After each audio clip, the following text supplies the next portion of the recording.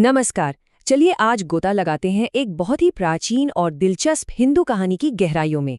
ये कहानी है कल की अवतार की और हमारे मौजूदा अंधकार के युग यानी कलयुग के अंत की। ये एक ऐसे समय की कहानी है जब अधर्म अपने चरम पर होगा और धर्म को दोबारा स्थापित करने के लिए एक उद्धारकर्ता का जन्म होगा। जानते हैं ये कहानी शुरू कहाँ से होती है? एक बहुत ही सीधे लेकिन उतने ही गहरे सवाल से जो प्राचीन ऋषियों ने पूछा था कि आखिर ये कली है कौन और वो इस दुनिया का मालिक बन कैसे गया। ये सवाल हमें सीधे इस युग के अंधेरे के बिल्कुल केंद्र में ले जाता है।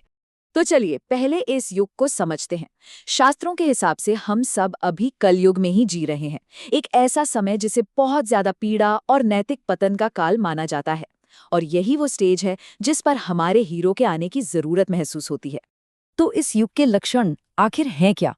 देखिए, ये कितने सटीक हैं।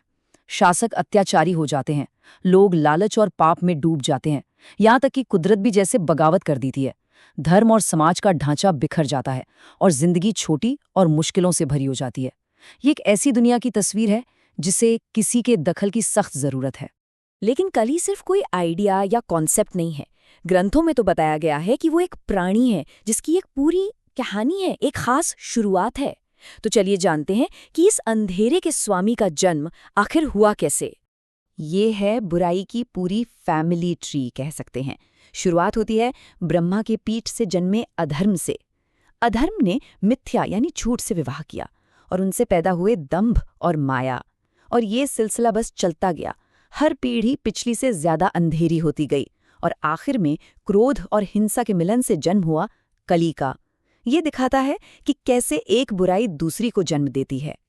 तो सवाल ये है कि कली ने इस दुनिया में कदम कैसे रखा? इसका जवाब छिपा है एक महान राजा परीक्षित की कहानी में, जिन्होंने पहली बार इस नवजात कली का सामना किया था।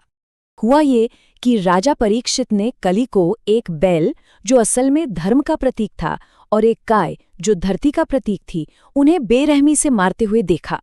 राजा उसे मारने ही वाले थे कि कली उनके पैरों पर गिर पड़ा और दया की भीख मांगने लगा।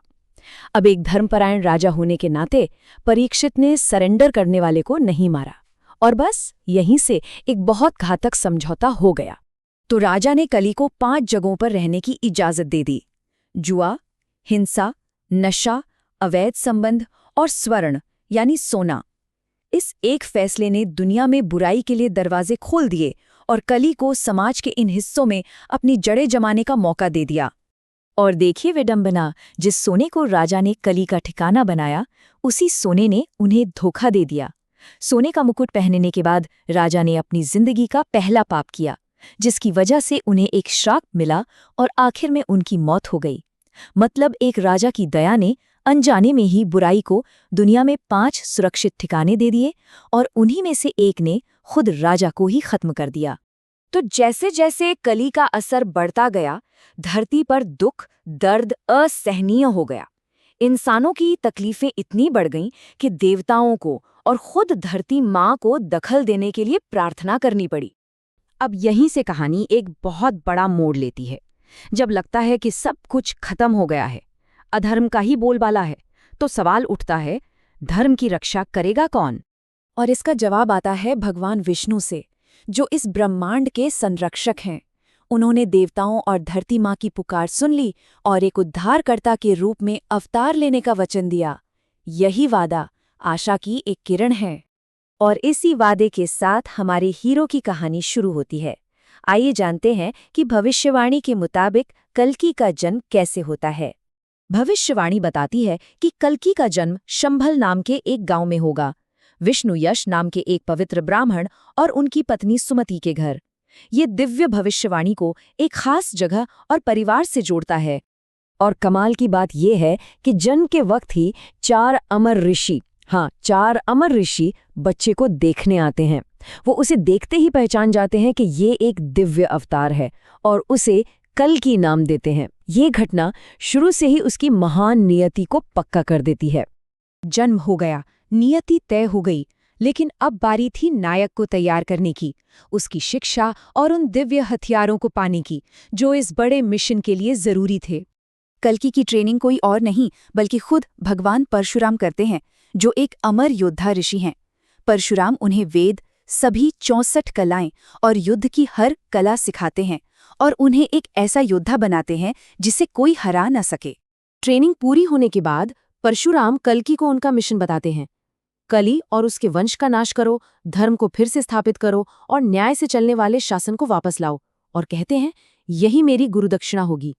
अब अपनी तैयारी के आखिरी पड़ाव में कल्कि विनाश के देवता भगवान शिव की आराधना करते हैं। शिव प्रसन्न होते हैं और उन्हें उनके मिशन के लिए जरूरी दिव्य उपहार देते हैं। और ये दिव्य उपहार थे देवदत्त नाम का एक दिव्य घोड़ा जो कहीं भी पलक झपकते पहुंच सकता है, शुक नाम का एक तोता जो सब कुछ जानता है, भूत, वर्तमान और भविष्य, और रत्नसारु नाम की एक बेहद शक्तिशाली तलवार। तो अब गुरु के ज्ञान और महादेव के अस्त्रों के साथ वो अपने मिशन के लिए पूरी तरह से तैयार हैं। तो नायक तैयार है, मिशन भी साफ है, हथियार भी हाथ में है। लेकिन सोचिए जरा, पूरे के पूरे एक युग को उसकी जड़ों से फिर से स्थापित करने का मतलब क्या होता है?